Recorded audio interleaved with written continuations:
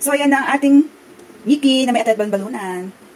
Ayan, umagang kay ganda. Magluto tayo. Ayan, ang atay at balon-balunan. Manok, syempre, slice mo. Noodles, saka celery. Ayan, cabbage, carrots, saka yung onion and garlic. So, ayan, luluto natin. Ayan, i-fry muna natin ang ating pork. Diyan tayo kukuha ng oil, panggisa ng bawang at sibuyas.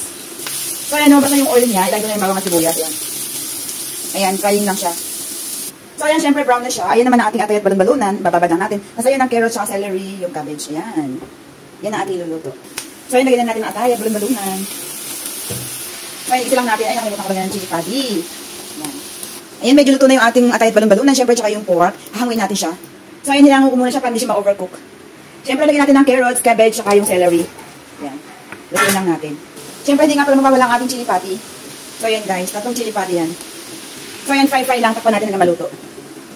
So, ayan guys, lagyan ko siya ng oyster sauce. Syempre, yan naman ating noodles. Ayan, marami yatang noodles. Ayan. So, yun na nga guys. So, on-time noodles.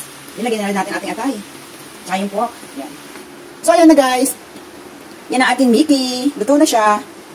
Yan guys. Naparami yung ating noodles. Yan guys. May atay at balon-balunan. Syempre, celery, carrots, cabbage. Tsaka yung sliced pork. Yan guys.